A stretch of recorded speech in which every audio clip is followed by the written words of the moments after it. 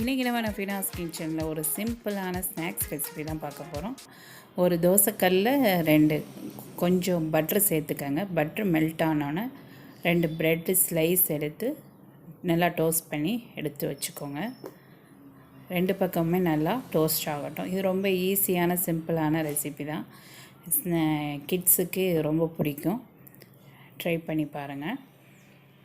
Toast ஆகட்டும். இப்போ நம்ம அதுக்குள்ளே 2 முட்டை எடுத்துக்குவோம். 2 முட்டை எடுத்துட்டு கொஞ்சம் உப்பு, மிளகுத்தூள்,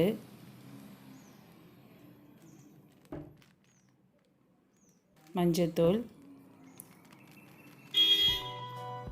கொஞ்சம் மிளகாத்தூள் எல்லாம் சேர்த்து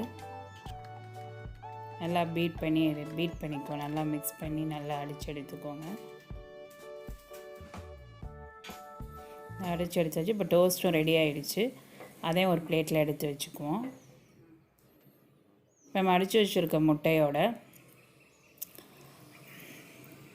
கொஞ்சம் கருவேப்பிலை, வெங்காயம், கொத்தமல்லி, பச்சை மிளகாய் எல்லாம் சேர்த்துக்கங்க. நல்லா சேர்த்துட்டு இதையும் நல்லா மிக்ஸ் பண்ணி விட்டுடுங்க. திரும்ப தோசைக்கல்லில் கொஞ்சம் பட்டர் சேர்த்துக்கங்க. ஒரு ஸ்பூனில் லைட்டாக எல்லா இடத்துலையும் ஸ்ப்ரெட் பண்ணி விட்டுடுங்க. இப்போ நம்ம அடித்து வச்சுருக்க அந்த முட்டையை நம்ம தோசைக்கல்லில் ஊற்றிடுவோம். அதை எல்லா இடத்துலையும் பரப்பி விட்டுடுங்க, எல்லா பக்கம் படுற மாதிரி.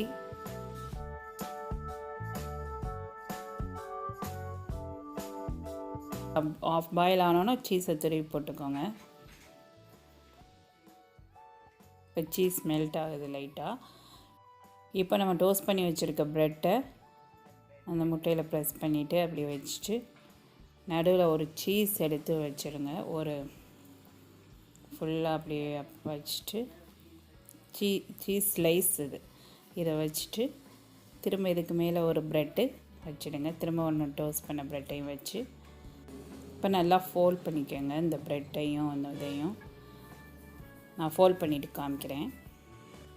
இந்த மாதிரி நல்லா ஃபோல்ட் பண்ணி நல்லா நாலா பக்கமும் பிரட்டி விட்டு ஃபோல்ட் பண்ணிவிட்டு நல்லா வெந்த பிறகு எடுத்து கட் பண்ணிங்கன்னா நல்லா சீஸோடு சூப்பராக இருக்கும். இந்த இது ட்ரை பண்ணி பாருங்கள். இதுவும் ப்ரெட் ஆம்லெட்டு மாதிரி தான். இதில் என்ன நம்ம ஆனியன் இதெல்லாம் சேர்த்துருக்கோம். கொஞ்சம் அது டேஸ்ட்டாக இருக்கும். சீஸ் இதெல்லாம் இப்போ நாலாக கட் பண்ணிக்க போகிறேன். பாருங்கள், உள்ள சீஸ்லாம் நல்லா மெல்ட் ஆகி சூப்பராக இருக்குது. நீங்கள் ஒரு தடவை ட்ரை பண்ணி பாருங்க. எப்படி இருந்துச்சுன்னு சொல்லுங்கள். பிடிச்சிருந்தால் லைக் பண்ணுங்கள், ஷேர் பண்ணுங்கள், கமெண்ட் பண்ணுங்கள். மறக்காமல் சப்ஸ்கிரைப் பண்ணுங்கள்.